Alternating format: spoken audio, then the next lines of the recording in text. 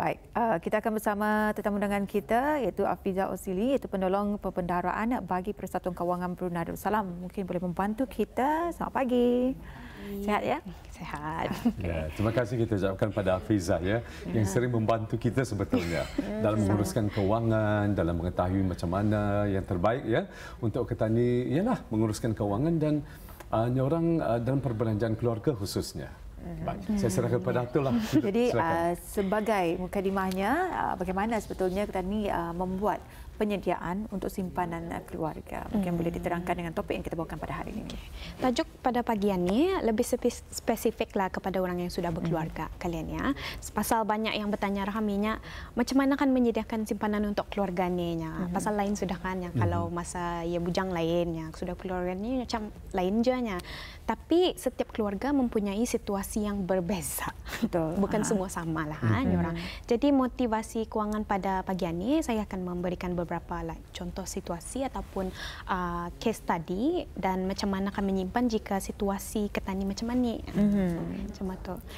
Jadi oleh kerana ia ketani berfokus kepada keluarga dan juga tentunya ketua keluarga yang memainkan peranan. Jadi bila ketua keluarga memainkan peranan sedangkan mereka ini mempunyai tanggungjawabnya yang banyak.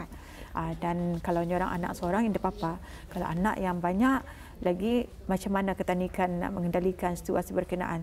Jadi ketani kan bertanya mengenai dengan sekiranya dua lelaki bini datang bekerja. Jadi bagaimana mereka ni kan membuat simpanan ataupun di sebaliknya macam mana? Kalau dua pasangan bekerja sudah kan, jadi atau memang sekarang ni orang normal dua-dua pasangan itu. Jadi bolehlah orang berbincang sesama pasangan siapa mengambil ni macam bila ni siapa adakah ketani bahagikan sama-sama ataupun ketani orang kau ambil yang ni aku ambil yang ni macam tu kira ketani bahagikan orang responsibility itulah. Tapi kalau jika salah seorangnya, maaf ya saya mencelah ya, jika salah seorang pasangan ketani sama ada suami ataupun isteri bekerja tetapi disebabkan ekonomi merosot ya. Jadi salah satu pasangan kehilangan pekerjaan contohnya. Jadi apakah langkah-langkah yang dapat diambil? So dalam situasi macam ni memang terasa perbelanjaan itu sempit. Pasal sebelum aninya ada dua mata pencarian kan. Ani tinggal satu saja. Jadi ani akan menjejaskan cara hidup bis durang. Kalau perkara ni berlaku yang pertama yang perlu dibuat adalah satu, menyemak semula perbelanjaan bulanan. Ini yang paling penting ya. Seperti macam bil barang harian, yuran anak, macam makanan apa tu. So dari sini melihat di mana perbelanjaan yang dapat dikurangkan pada masa ini sebelum pasangan yang ni mencari kerja lain lagi. Yang kedua, menggunakan simpanan kecemasan dengan cermat.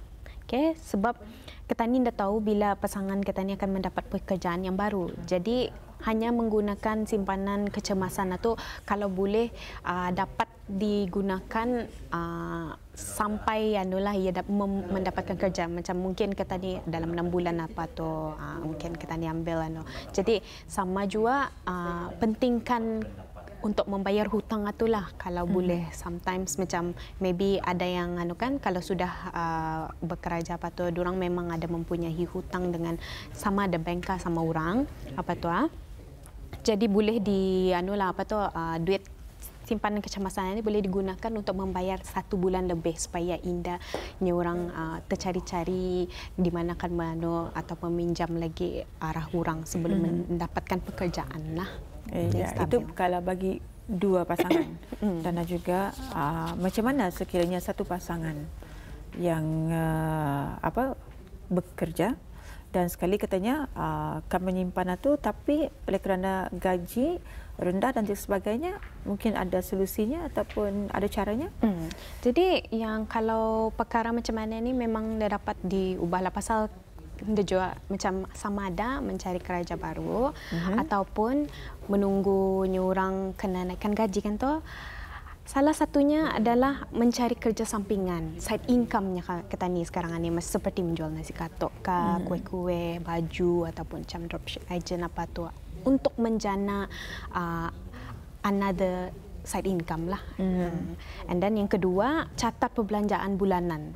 Sebab petani kan gaji macam kalau gaji rendah ni semua every-nya orang putih lah, every cent matter. Setiap duit itu memang apa tu orang macam mana cakap Melayu? Berharga. Every cent itu berharga lah orang. Catat semua macam apa yang diperlukan. Dari barang harian, apa yang tu. Kalau ani mestinya orang berdisiplin lah. Dan sudah ia macam dapat kerja sampingan ataupun ia jadi runner ke apakah tu dapat memulakan simpanan. Tidak payah banyak, jumlah sikit saja supaya ia ada duit simpanan kecemasan. Pasal ditakuti kalau sekiranya ia kehilangan pekerjaan, dua-dua tidak ada kerja.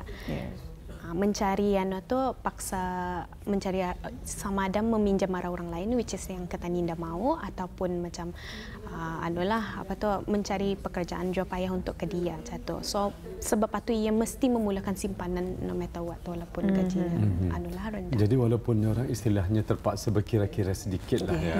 Kalau dulu macam yalah kalau petani ada mempunyai rezeki yang lebih, dapatlah petaninya orang bersedekah ataupun maksudnya bukan bersedekah tapi dapat kita enjoy sedikit bersama dengan pasangan kita ni. Tapi kalau sudah keadaan merosot, jadi perlu RM1 pun jadi hitungan. Maksudnya macam tu kan, untuk kita ni menabung mungkin dapat disimpan ya. Jadi biasalah istilahnya kalau RM1 lama-lama pun jadi banyak kan. Jadi Fiza mungkin dapat dijelaskan sekali lagi ya sebagai penjelasannya. Apa yang penting dalam menyediakan simpanan untuk keluarga ni? Yang sangat penting. Yang paling penting benar-benar yang selalu kami sebutlah adalah simpanan kecemasan. Ini sebabnya lebih-lebih kalau yang tadilah kehilangan pekerjaan, kita ni dah tahu. Macam tahun lepas okey, dan tahun-tahun lepas okey, dan tahun lepas macam ekonomi merosot, banyak orang kehilangan pekerjaan apa tu kan. Jadi benda macam itu sebab itu kami selalu sarankan adakan sedia simpanan kecemasan ini mesti ada, walaupun sedikit boleh membantulah dalam mencari pekerjaan. Kalau indah pun macam pasal untuk orang kenderaan maintenance apa tu perlukan duit jual and then yang kedua merancang bajet bagi setiap bulan tu so tetapkan jumlah tetap yang dapat disimpan dan dibelanjakan. Macam bulanan ni macam ni ada orang kira aku menyimpan dalam RM20-nya. Okey, aku belanjakan kalau gajiku sekiranya 800 lah maybe aku belanjakan dalam 400 ataupun 500. Tapi kalau keluarga memang banyaklah tu kan. Betul. Untuk kan persiapan lagi tahun baru ni kan. Orang atau bagi kan anaknya yang baru kan sekolah membeli buku apa memangnya orang memerlukan jumlah yang banyak. Jadi dari sana kita ditetapkan berapa bulanan ni berapa, bulan depan berapa. Simpanan itu mesti the last one disiplin dalam menyimpan lah juga. Dan memulakan dari jumlah yang kecil saja. Jangan macam sikit-sikit lama-lama jadi bukitnya orang. Kalau rasanya macam confident sudah aku boleh menaikkan lagi simpananku, boleh dinaikkan macam 100 ke apakah kalau sudahnya orang jadikan tabiat. Jadi simpanan kecemasan lah penting ya. Dan seperti yang Fiza katakan, kalau tadi menyimpan setiap bulan, jadi di penghujung tahun kita akan menunggu untuk adanya keluar gaji dan juga sebagainya untuk keperluan anak-anak tani, terutama sekali untuk mereka kembali ke sekolah. Jadi mungkin ada dengan topik yang kita bawakan pada hari ini, mungkin Hafiza akan ditambah lagi apa antara kepentingannya selain daripada yang disebutkan sebentar tadi. Mungkin ada pergolakan kadang-kadang pasal pasangan dua-dua bekerja, jadi kami menyimpan itu kita lah yang menyimpan. Mungkin ada saja. Jadi dan juga di mana mereka ini akan bertanya, adakah tempat untuk bertanya lebih lanjut lagi mengenai dengan penyusunan bajet ataupun keuangan itu. Jadi ialah yang saya harapkan perkara yang saya kongsikan tadi dapat dimanfaatkan. Jadi kepada pasangan yang rasa macam anda tahu macam mana kalau berbincang punnya apa tu aku lah macam kalau ada boleh hubungi kami dengan lebih lanjut kerana kami di Persatuan Kewangan Brunei Darussalam mempunyai financial planners yang dapat membantu macam mana untuk merancang pengurusan kewangan kita lah dan kami boleh dihubungi melalui email kami di askfpab@outlook.com ataupun boleh mengunjungi laman sosial kami iaitu di Facebook FPAB Brunei ataupun Instagram FPAB_BN. Biasanya pihak BIS kita ada menyuruh datang ataupun memberi khidmat nasihat ataupun pandangan menerusi talian saja tu. Macam mana? Atau boleh kadang-kadang untuk kalau perkara biasanya kami pasal kalau yang malu boleh bertanya di sana lah, arah talian sana, and then ada yang akan membalas di sekitar lah. Tapi kalau biasanya kalau dengan lebih terperinci, sebabnya kadang-kadang perkara yang kena tanya tu terlampau besar, and then ia mengikut situasi seseorang. Betul. Macam mana ia pasal kami mesti mengetahui macam mana ia menyimpan, ia punya tabiat menyimpan, tabiatnya men-spending, kenapa ia kenapa ia spend macam ni, kenapa ia menyimpan macam ni. Selalunya kami mau mengetahui orang situasi kenapa mendorong ia sampai macam mana ataupun lah. So dari sana lebih bisa kalau berjumpa dengan kami punya financial planners lah jatuh. Jadi ada tidak pernah yang bertanya datang ke sana, kali-kali anda pernah ada simpanan dan juga yang memang anda tahu mengurus keuangan. So apa, keluar gaji saja enjoy. Yang penting katanya ada makan, ada minyak kereta, bayar kereta, cukup. Jadi simpanan itu diabaikan. Ada tidak yang pernah berjumpa untuk menyelesaikan yang berhadapan dengan masalah tersebut? Ada yang reach out to kami jual mengenai masalah-masalah diorang, bukan saja yang macam mananya. Ada yang hutang keliling pinggang, macam mana akan men-settlekannya, macam mana tu. Jadi kami pun macam biasanya bertanyalah dari mana apa tu. Tapi kami kami boleh membantu dari segi orang advice ataupun penyorang cadangan saja. Tapi kalau dari segi macam kewangan itu memang kami beritahulah ani cara-caranya apa yang boleh macam yang tadi macam kerja sampingan ke apakah untuk menolong ia slowly membayar apa tu boleh dirancang lah macam mana. Jadi di sini sebetulnya Fiza dan juga Abdul jelas seseorang itu perlu ada kepakaran sebetulnya, kepakaran khusus sama ada suami ataupun isteri ya. Contohnya mungkin si isteri boleh ada kepakaran ataupun kepandaian dalam bidang masakan misalnya. Kenapa tidak untuk walaupun selama ini dah pernah diluahkan ataupun digilap semula, tapi apa salahnya untuk membantu keluarga kan? Tapi kalau dari pihak Fiza sendiri, adakah bantuan boleh diperolehi oleh pasangan tersebut? Bantuan maksudnya bantuan kewangan ataupun sebagainya.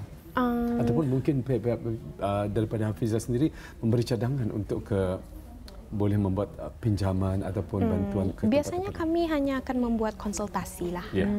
Bukan kami konsultasi dari segi macam mana kita akan menguruskan kewangan kita atau sana sejak skop kami lah. Kami nada mempunyai macam pinjaman loan atau memang nada bukan kami punya jurisdiction lah. Macam tu. Cuba memberikan saranan dan macam mana untuk bulan-bulan macam mana kita punya perbelanjaan atau apa yang dapat kita ni macam ani mungkin boleh dilabihkan kemari ataupun macam itulah. Macam kami dapat melihatkan dengan lebih lanjut macam mana ia berbelanja tu. Jadi di-arrange baliklah, disusun balik perbelanjaan itu di mana yang sebenarnya diperlukan dan sebenarnya di mana indah. Mungkin selama ini selalu makan di luar, itu mungkin dikurangkan dan jadikan ia jadi satu simpanan. Macam itulah. Pasal kadang-kadang macam orang punya kenapa ia berbelanja lebih adalah pasal impulse buying. Kenapa ia impulse buying itu? Macam kenapa ia stres apa tu kalau dari sana. So kira kami pun macam konsultasi lah, more of consultation. Jadi artinya berbalik kepada attitude kita sendiri lah ya. Ya, baik. Mungkin ada sebelum kita ni mengakhiri bual bicara kita, mungkin ada penjelasan ataupun saranan yang dapat dikongsikan bersama untuk penonton kita di luar sana? Okey. Yang paling yang dari mengulang lagi semula yang tadi, yang paling penting selalu adakan simpanan kecemasan itu lah. Jangan dipandang rendah simpanan kecemasan itu, especially petani sekarang ini sudah merasa sendiri macam mana ekonomi merosot, sama macam merasa macam mana inflasi barang atau memang orang kerasaan sekarang ini hakikatnya. Jadi sebab itulah kami selalu sarankan macam even bukan pihak-pihak institusi perbankan apapun selalu memberitahu emergency saving, duit simpanan duit kecemasan ni, sebab itu ia penting walaupun sedikit tapi nanti boleh menolong bis kita kalau ada kecemasan. Okey, jadi terima kasih kami ucapkan kepada Auxilia dengan penerangan mengenai dengan sediakan simpanan untuk keluarga. InsyaAllah kita jumpa lagi. Selamat pagi, terima kasih. Terima kasih ya Fiza.